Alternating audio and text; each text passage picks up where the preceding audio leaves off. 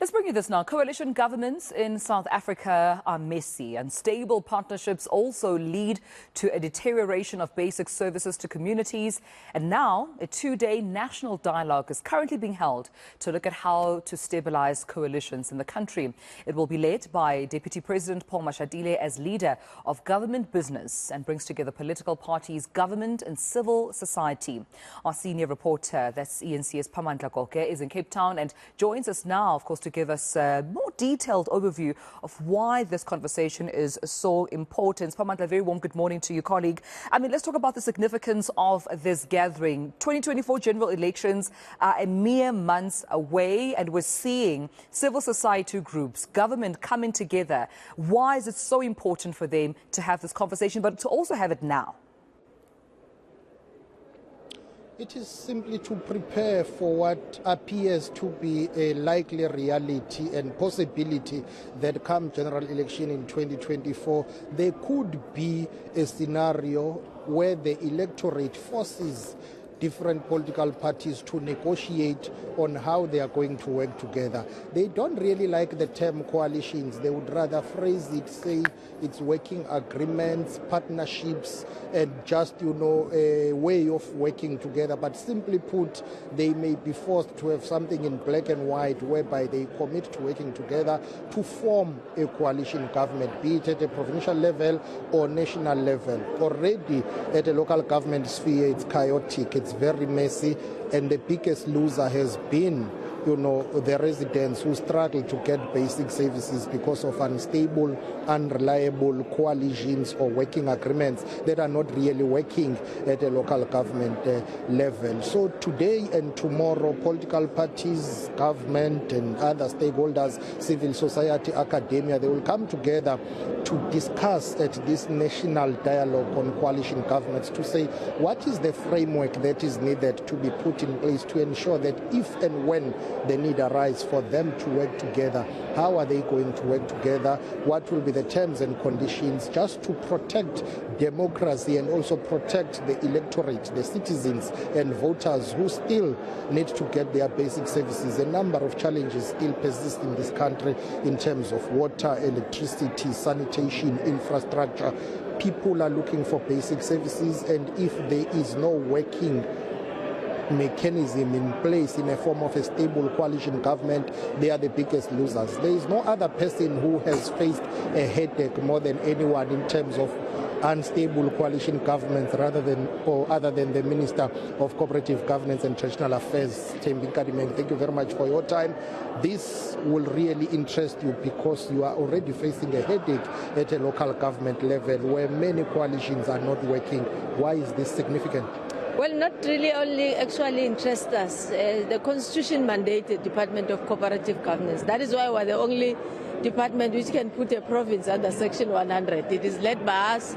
So instability of any other form, whether through unaccountability, through forming governance, is exactly at the core of the mandate of what the Department of Cooperative Governance is about, which in short we call DECO. So today is of interest, and we appreciate the effort taken by the Deputy President to take a lead. We're bringing forth our experience from local government, starting from the 2000 elections, where we had the first 22 hung municipalities.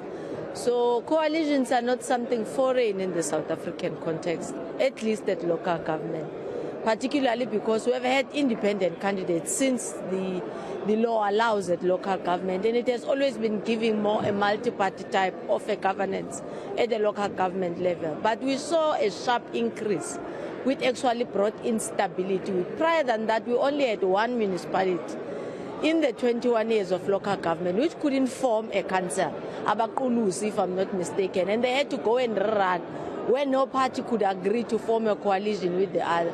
It had to be dissolved, that council, and went back to elections. Other than that, there has been Section 12, which KwaZulu-Natal has been using, where mostly of the hung councils will come out from.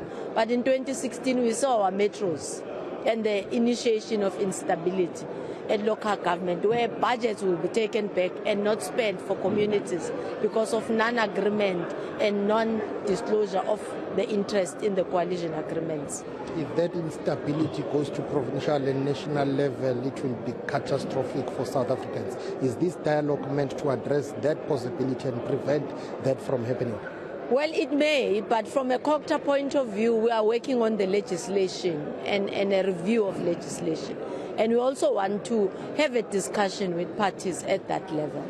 For example, increasing the threshold. Of course, I'll be talking to local government sphere, for example. But I'm just saying there are measures which we need to take, like increasing the time the Constitution mandates for you to form parliament or to form a council. In council, it's a 14 days, and you find that it becomes difficult for parties to discuss. But for example, the announcement of agreement. So you need to know party who and what is their citizens' charter. What are they promising you?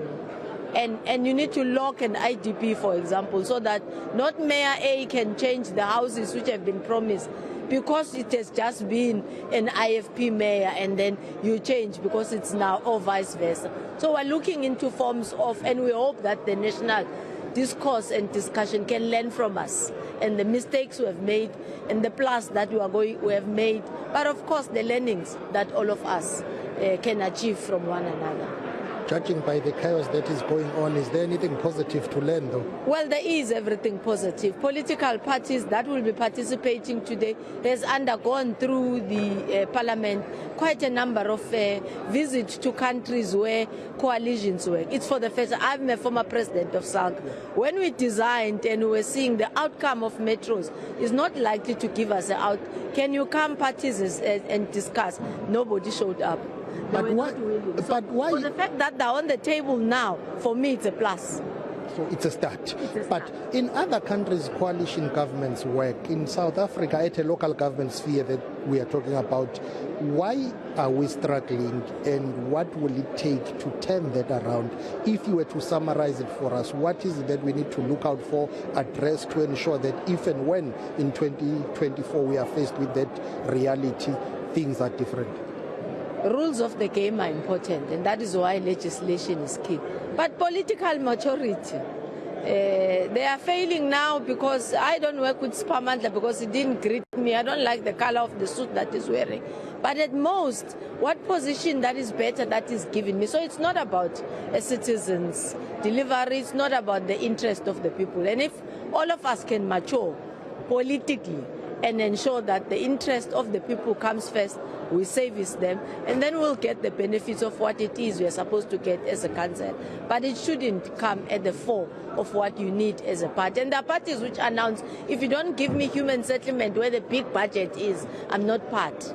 So you need stability. But you also need to give a ticket to a big party. It's also learning. A party which has got a majority, not a majority or a highest percentage, because in the instance of a coalition, there's no majority.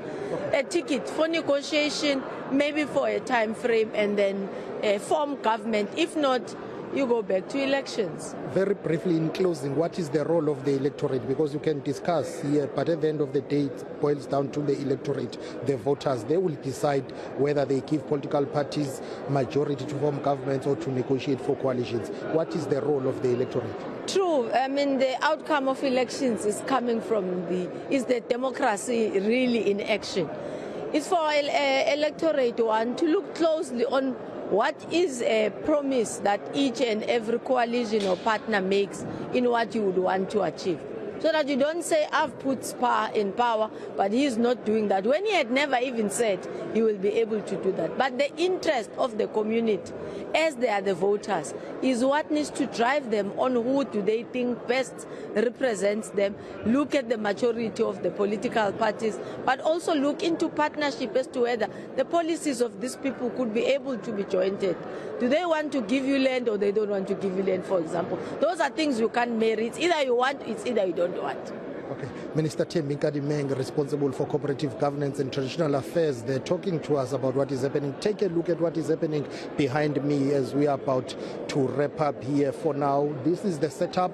Political parties are going to be taking their place. I also see people who are responsible for the elections in this country that are also here trying to ensure that they are part of what is happening. Because if you are talking about voting and elections, the Electoral Commission will have to be present, political parties will have to be present, and other stakeholders. But we expect the program to get underway just after 10 o'clock, and that's when the discussions will center around the framework that is needed to make coalition governments work in South Africa. All right, so that's where we leave it, of course. Siphamandla Goge out at that two-day national dialogue being held, of course, in conversation with members of, government officials, political parties, civil organization, business, to, of course, pave a way for coalitions in the country. We'll be sure to catch up with you, colleague, when there are any other developments.